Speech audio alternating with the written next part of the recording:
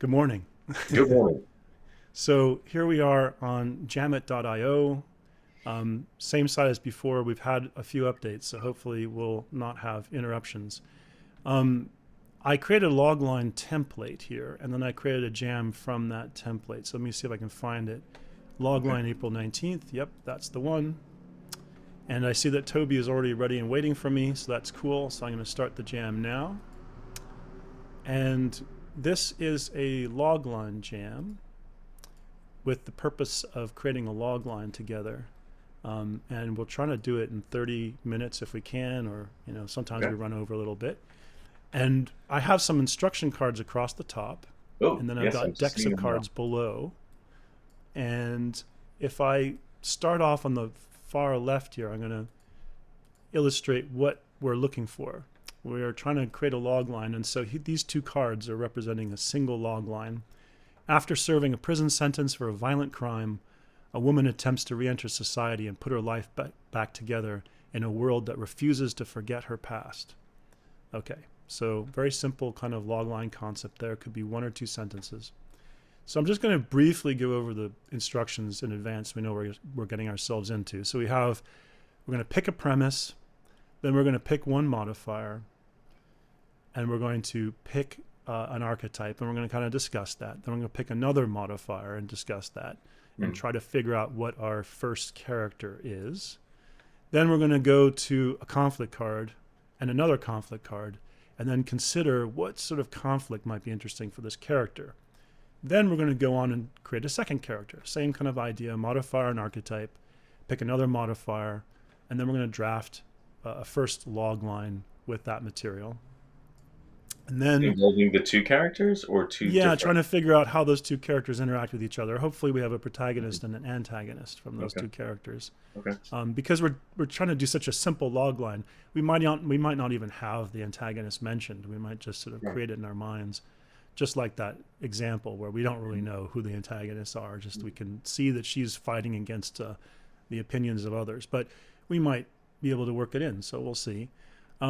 And then we have crisis and we have random cards. I'm not really sure if we'll get to all that. The random cards might be fun because they literally are just random things for us to Okay. put in the mix.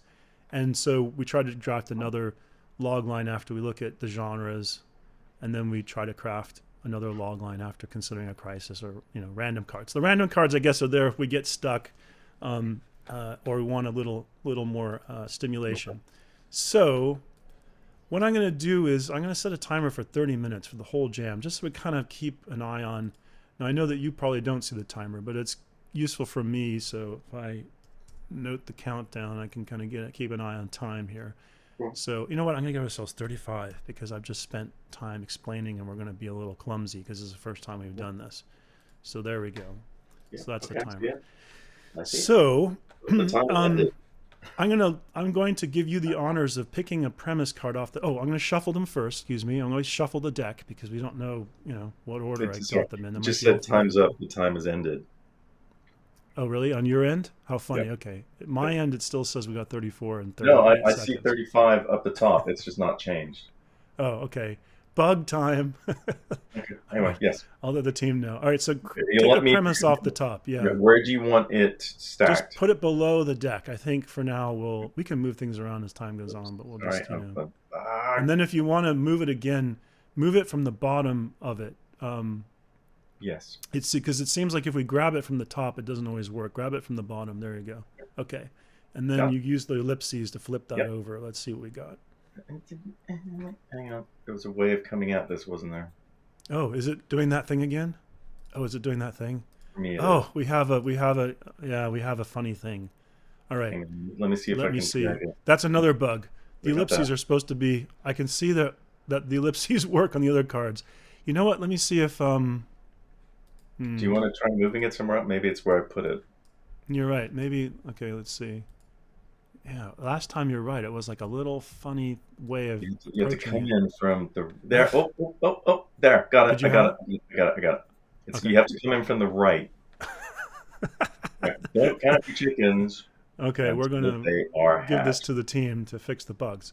Don't Don't count count your your chickens chickens until they're hatched. until Okay. they are All right. hatched. So that's a cautionary thing. Like you think you Mhm. got it, and then oops. Unexpected. Okay, I will do a modifier. Okay. Actually, the one thing I'm thinking is maybe let me try another technique here. I can take the modifier and add it to my hand, actually, because this might be fun. If we add these modifiers Mhm. to our hands, it means that we can sort of choose one to play. So why don't you take two cards off the deck first, Yeah. and then when you take them off the deck, the ellipses allow them to add them to your hand. And then when you add them to your hand, you probably have to flip them over to see what they are. So now we both have modifiers. And so I'm going to take an archetype and I'm going to play this archetype, but we can consider which modifiers of... oops, I got it to my hand. Didn't mean to do that. Let me take that and put it back on the deck. Nope, I don't want to flip it. I want to put it onto the canvas. There we go. Okay, so I have played the Loyalist here, and you have two modifiers. I have two modifiers. So why don't you pick a modifier that you like and play that modifier with this character? A Loyalist.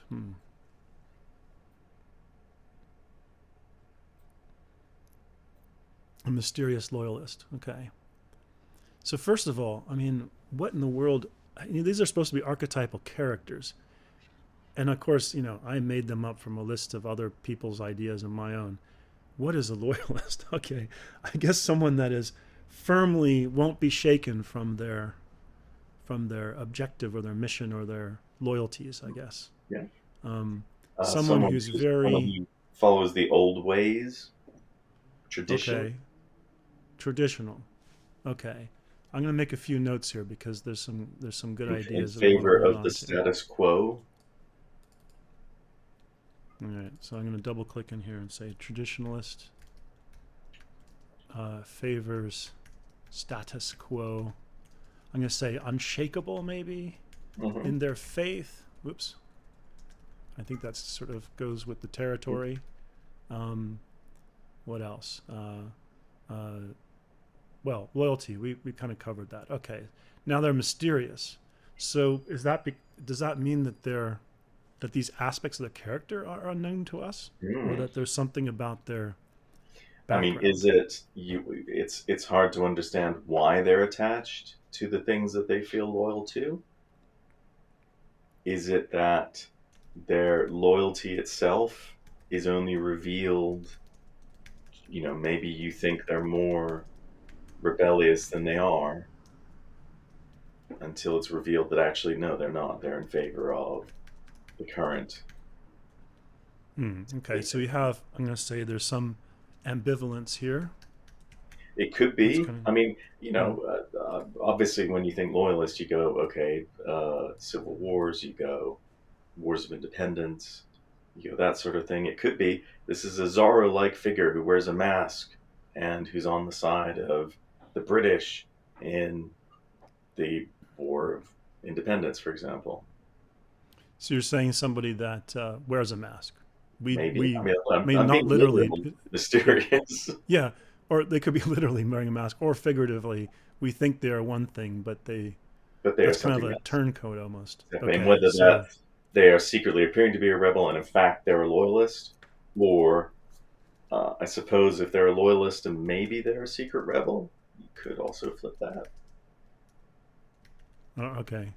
Or it's trying to understand their motivations are unclear. Why do they do this? Why are they like this? Okay. All right, I'm going to play a card now. Given what you said, I'm going to kind of build on that, I think, by making them also perhaps insecure. Oh. So there's the ambivalence played a little bit again. Okay. So they're unsure. They want to dedicate themselves to something, but they're unsure what it should be. Okay, so I'm going to say want to dedicate to, let's say, a cause, whatever for now. Yeah. Unsure of their own commitment? Yes. Well, I mean, yes, but it could also be, because we're looking into don't count your chickens before they're hatched, that it's that, right? It's fear of what might happen if you go the wrong way. Are you backing the wrong horse? Okay, you're right. I got caught up in the moment, forgot our premise. No, no, but Very we should no, important. but this is the point. Yeah. We should Mm, forget it, but then we should try and tie it back in. But the point is, you have to go down these alleys to find all these interesting dead ends. mm-hmm. So if there's someone who's a loyalist, kind of mysterious and secure, but don't count chickens that are hatched, there's the ultimate premise here. Okay, they that's where the ambivalence comes from, as you're saying. Okay, they see a course of action that they would like to kind of throw themselves into, but Yes. they're Or so wary certainly it's yeah. either one course or there's two courses of action. They have to choose between them, and they're not sure what to do. I have to say that as this is coming out right now, Mm. I would almost be inclined to say this is the antagonist, because it's like a Judas almost. It's like somebody who wants to go with the, wants to be loyal, wants to follow the dream, the cause, the whatever, but they're in the back of their mind, they're a pragmatist or a realist. They're thinking, this may not work out, and we But need that's to but that's also have. great for a protagonist, right? You want a Mm, protagonist who's torn, mm, and if you can make an audience feel that same uncertainty, you've got them because then mm, they're now inhabiting that space of the dramatic question and answering it for themselves. This isn't a hero who goes, "This is how things should be. I'm the goody. That person's the baddie. There you go." It's, I don't know what to do. But you're right. It could also be a perfect antagonist. mm. I, Okay. I just quite like compromised heroes. Yes. Oh, sorry. That's what I wanted to write down. That was the notion. Compromised heroes. Hmm. Oops, my mouse is jumping at the page all over the place. Sometimes it's easier to go and edit it this way. If I select the card, I can go in here and say, so compromised hero, question mark. Okay, good. All right, so now if I follow my own instructions for a minute, we've done kind of one character. So then we're going to pick a conflict card. Okay, so be my guest and grab a conflict card. Maybe we'll do the same thing. We'll do 2 cards to our hand and pick. Oops, sorry, I moved the whole deck. Sorry. That's right. Pick one that sort of might be Well, hang on. useful. So Should we we're not do in a the other way character? not Should doing we it not? completely random, Should we not do the but other character and then do the conflict between them? narrowing it down to something that we think might be useful in Okay. terms of what we discussed. All right. So I'm taking 2 conflict I cards. seem to have ended up with the same card twice. I don't know quite how I did that, so let me see what that was about. That could be a bug, or it could be I've got multiple cards. No, good. Okay, so I had 2. Okay. So,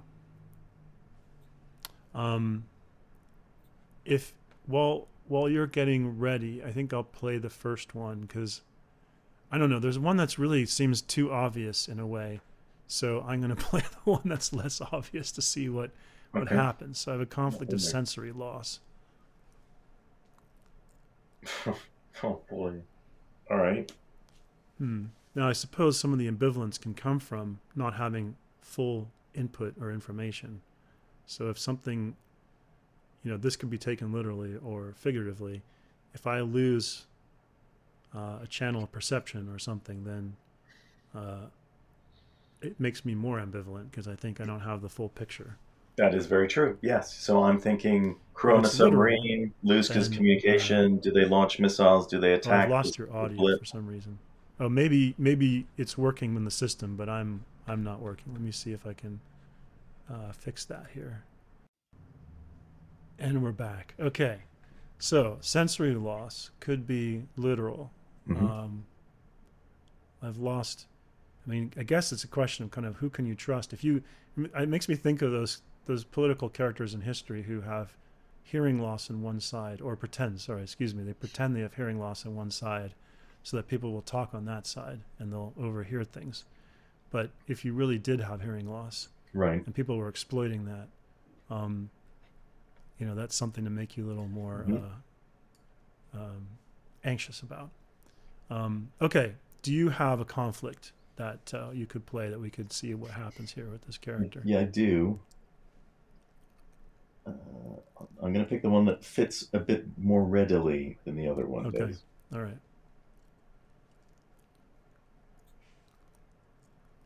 power grab. Oh yeah, okay. So there we go. Right, now it makes me think, yes. It makes me actually want to consider this person as an antagonist a little bit. Okay. Because I can see that. So don't count your chickens until they're hatched. Well, because the protagonist is going to think, oh, this person's my loyalist. You know, they're going to be with me thick and thin, and they're going to project that because they may honestly feel that way. But when push comes to shove, they're also a pragmatist, and so they may be the one that ends up not being what they seem. So that's kind of interesting. And I'm feeling the need to maybe mix it up with a random. Okay. Sorry, that's a crisis. I didn't mean to do the crisis. I want to do a random. Let's get something random in there because we haven't played random cards before and find out what we got here. So let's flip that over. Okay. All right. So, well, it's a girl being strangled and throttled by an anaconda, but I suppose that is like a power grab. So it kind of illustrates. So someone is a snake.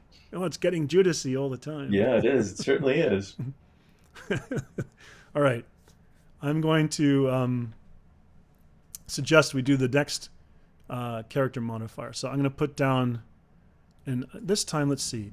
I'm going to suggest that we each take an archetype, and this time we do it the archetypes, where we kind of pick an archetype that we like. Okay.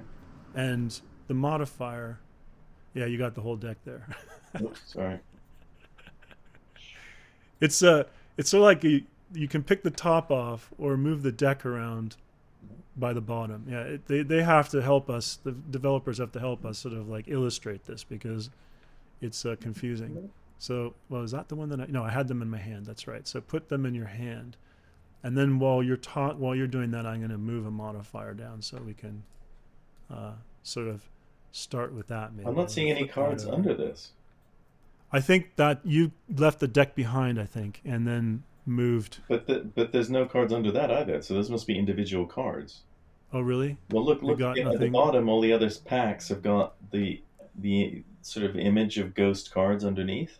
Oh, I see. Okay, then we probably have to draw it from the other deck. All right, so add those. So that just drew one. That to your hand. Okay. I'm going to flip these over while we're talking. And this in my is hand. This one mine? Yes, this one was mine too. Yeah, go for that. Okay. Okay. Yeah, I'm going to put this up. I'll just put it out of the way for a second, unless that's your second card. Oh man. So got a hypochondriac. Oh God. Okay. So you want to play the first archetype? Let's see. A hypochondriac. Somebody or other.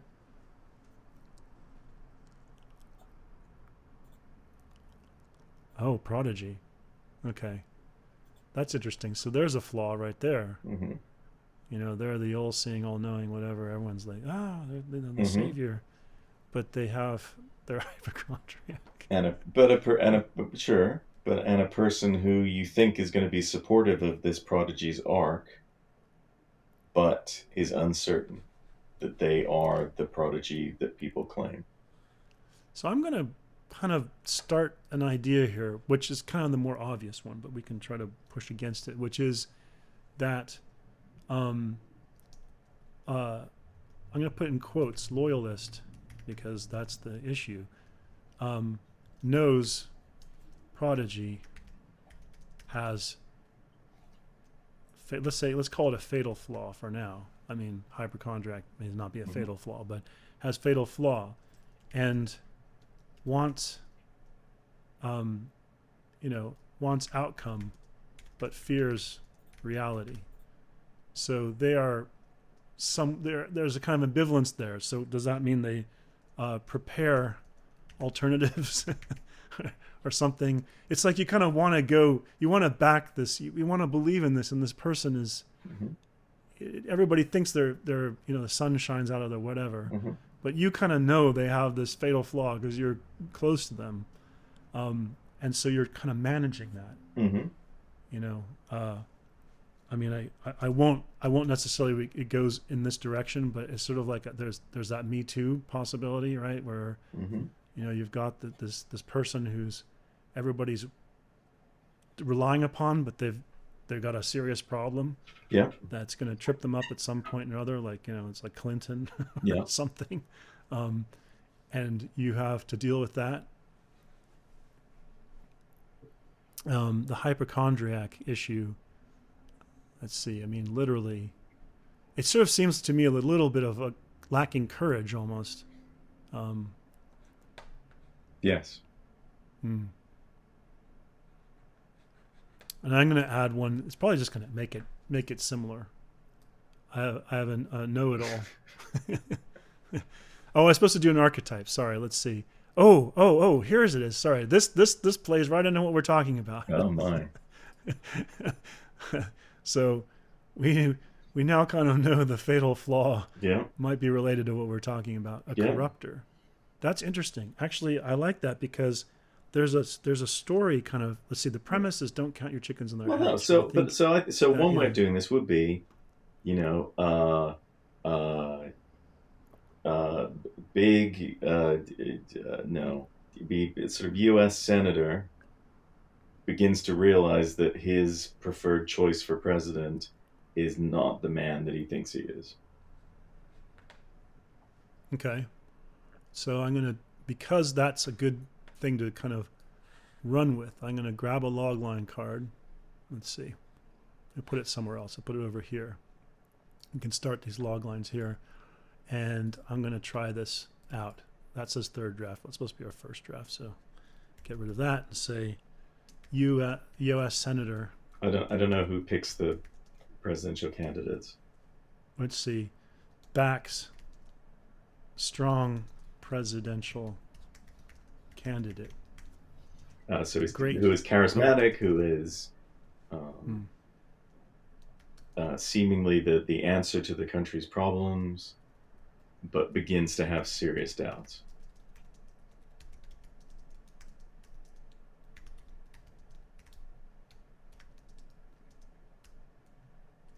As he or she finds out more about the individual in question. Human flaws. I'll just put that for now. It's not very dramatic sounding, but it's kind of a placeholder.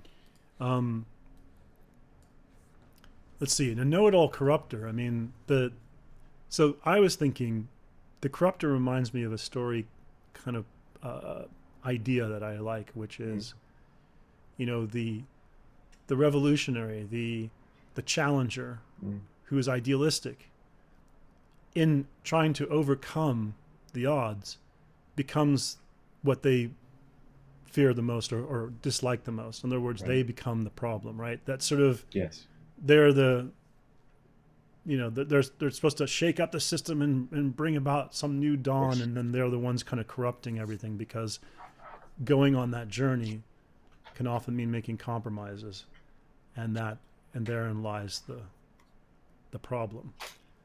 So I'm also thinking about that possibility where they don't see that in themselves because they're a know-it-all. They think, I have the answer. Only I can provide you with the solution. Only I can help you. And I know everything, and you must trust in me.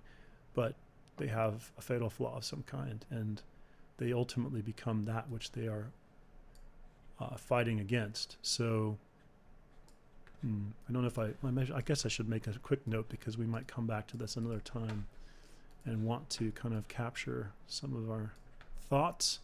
So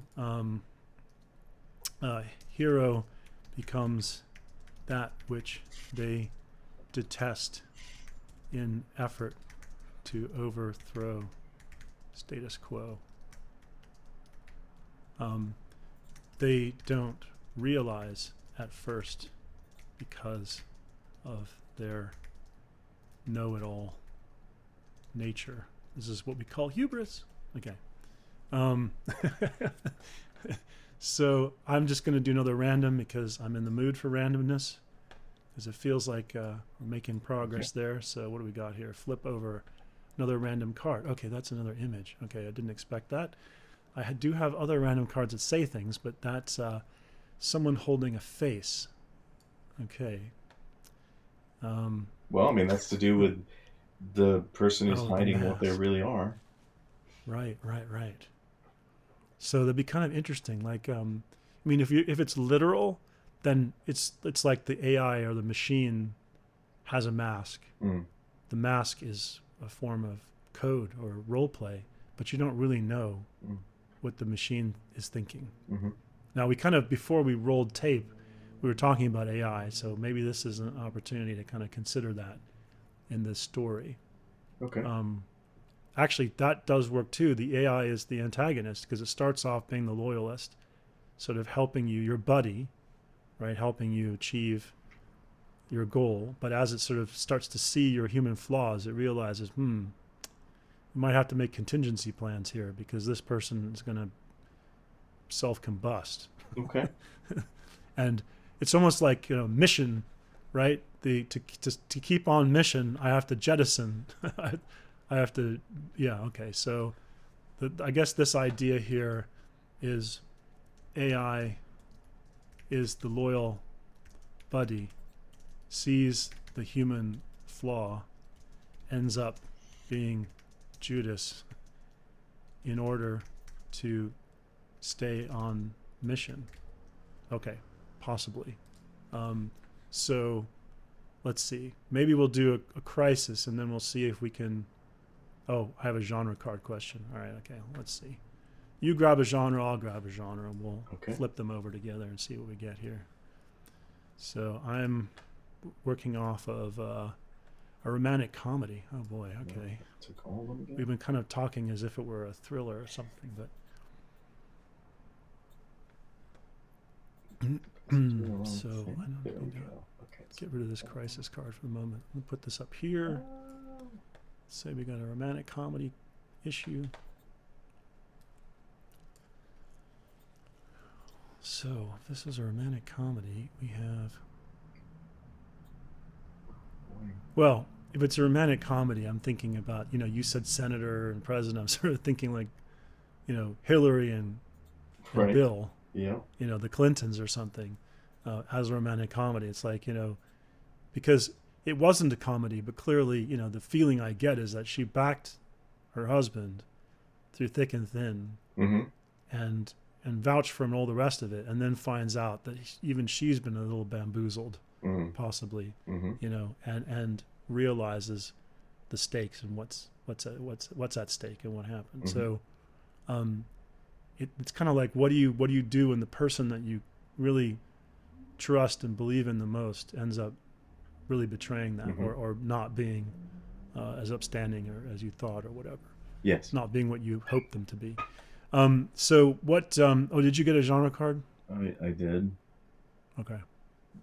I don't think they're useful. Okay, right.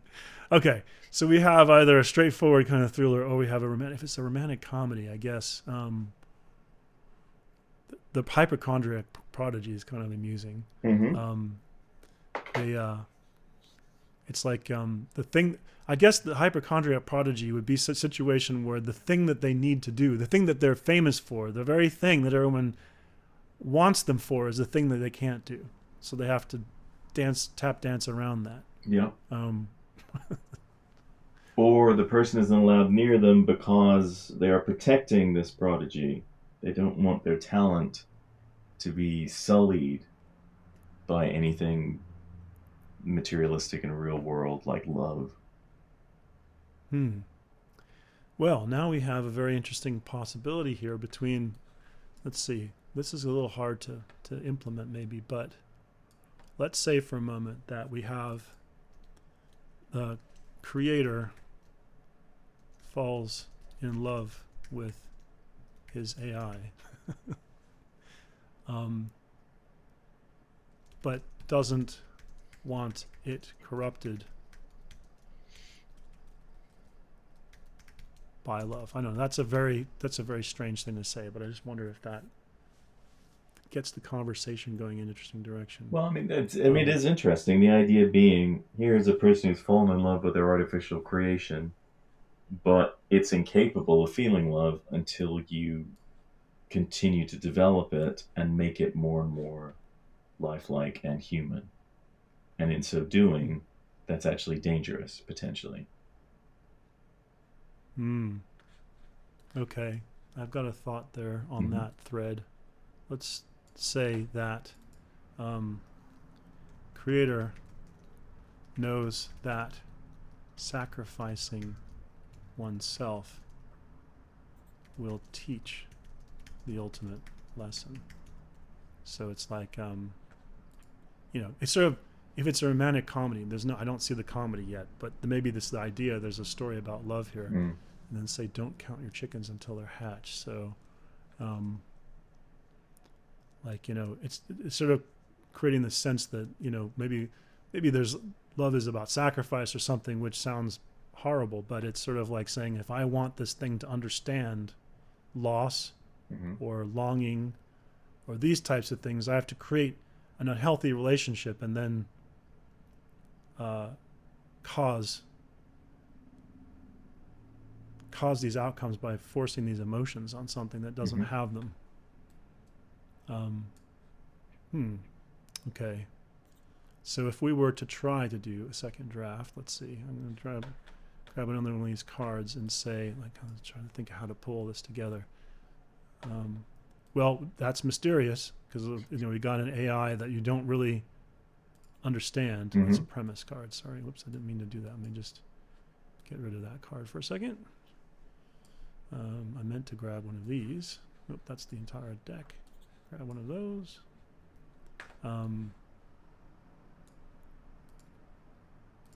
So I guess this whole notion about sentience, right, is how do you don't count your chickens until they're hatched. So maybe it's AI creator wants to let's say AI creator sees a way to create sentience by forcing it to love by sacrificing him herself. So that's not a very good log line per se, but it sort of captures some of what we're talking about. So let's see, power grab, sensory loss. I mean, these are related to this concept. Maybe there's a way to kind of deal with this concern that people have of, AI becoming some overlord that is to be feared ultimately if it reaches the point at which people want it to be capable. So that's the kind of the prodigy, the corruptor, those issues. That actually feels like it kind of plays nicely, the masks. But who is fooling who? Oh, so that's another question. Is it really... Yes, that's a very good point. Is the IA really presenting itself as it is, or is it...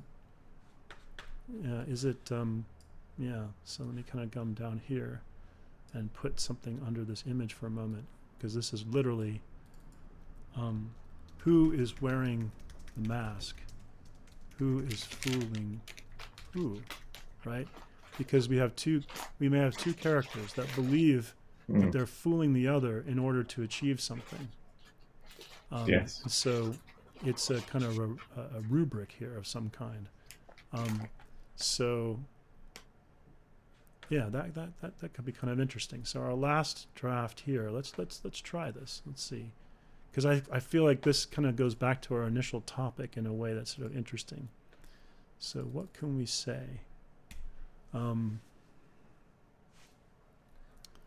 Taking all this into account here.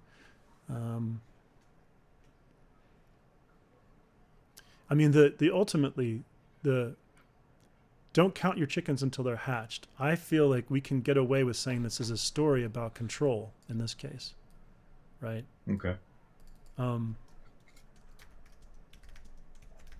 Maybe. Because it works that don't count your chickens until they're hatched because you think that you can manufacture an outcome.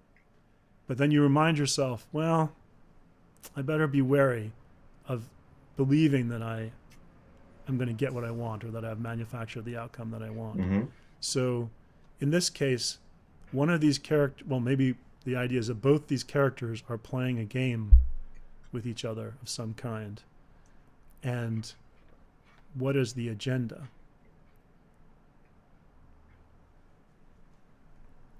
Okay, this is pretty good. We ran out of time, but we're very close to our final draft of a log line here. So let's see if we can pull this together. I don't know about romantic comedy, but we can try that. Could be bittersweet romance. Well, it's a comedy, so it can't be. Okay. I'm afraid. I wonder if there's how do you invert the relationship here? Because it feels like there's going to be a jujitsu here. Like, the creator thinks that it's training the AI. The AI thinks it's training the creator.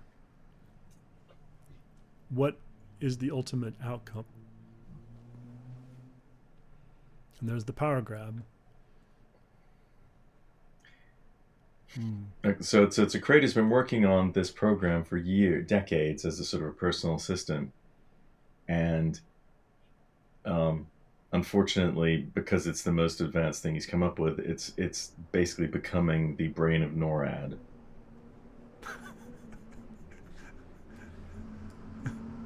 And as it finally gets to go into this giant computer space, he begins to think that maybe it loves him as well. I don't know. I was thinking of another possibility. Mm-hmm. It's a little more pedestrian maybe than what you're proposing. Please. But I was thinking that it's sort of it's a romantic comedy because the creator and we, the audience, assume the creator is training the AI, and that's the appropriate relationship. Yeah. But actually end up becoming a terrible codependency because, one can't function without the other. Of course, yeah. And so you get the situation where it's not you don't have to worry about it being an overload. You have to worry about it being enmeshed, where you just can't function without one another, yeah. So if maybe we can wrap it up with that kind of a log line, which would be creator thinks it's training training AI to become overlord, but ends up in a relationship of codependency with full of unintended outcomes. Okay, something like that. Mm-hmm. Right. And unfortunately, the logline doesn't quite give us the tapestry of what we've discussed, and we can maybe build on that. But I think we've kind of brought it together in a way that could be interesting because we're discussing, because all these other little bits and pieces are relevant, therefore. Yeah. Right? This idea of who is wearing the mask, who is fooling who is in control. We have mysterious, insecure loyalist. So, and that could be either character, really. I mean, it could be the creator of the AI. Mm-hmm. The prodigy, though, and corruptor is also kind of interesting that be in fact, if it's codependency, then maybe both characters are both things.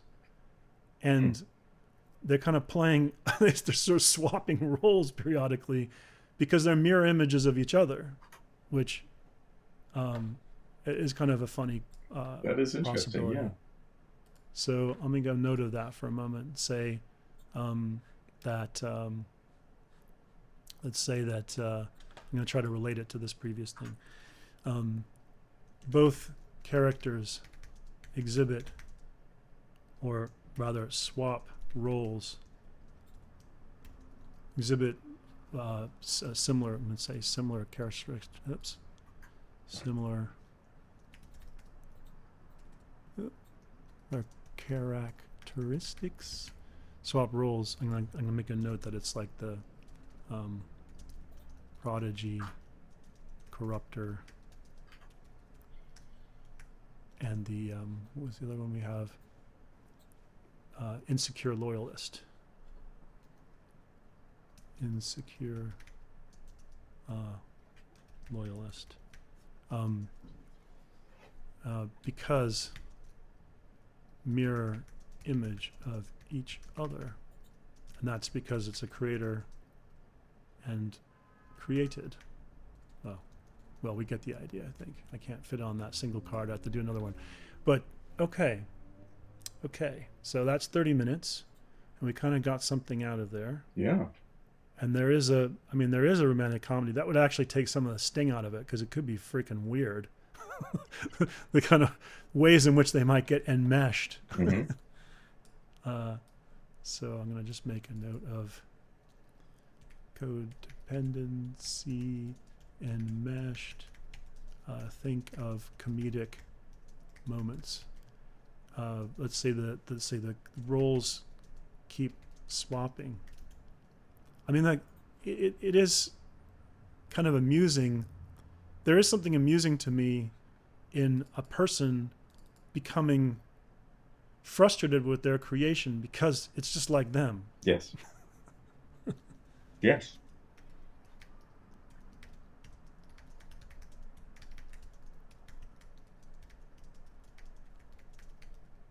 Okay.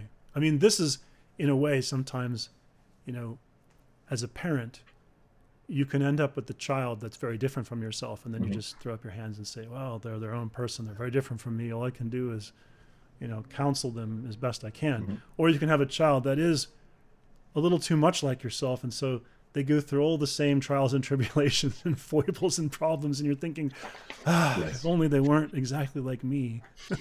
At least in your eyes, right? Yes. You want them to be different. And so I can see that being in this relationship, because you got a creator and the created, and it's mirror images of each other, and they're swapping roles periodically. Okay, cool. Thank you very much. That was fun. We have a final log line that we can work with. Now, the idea here, of course, is that all of this material is not only kind of a visual mind map for ourselves, but we should be able to output it onto a document. And this part is not fully functional yet, but as you can see on my screen, I've hit the output button, and I've got a sort of running commentary of what was discussed in here during this jam. And if you're wondering why some of the information is nested, it's because these cards have relationship arrows on them. So when I move one card next to another, it's supposed to kind of form a relationship in that direction, so that the system can properly output that. And that's something that we're continuing to work on. Oops, I knocked my glasses off because I have a fly in my face.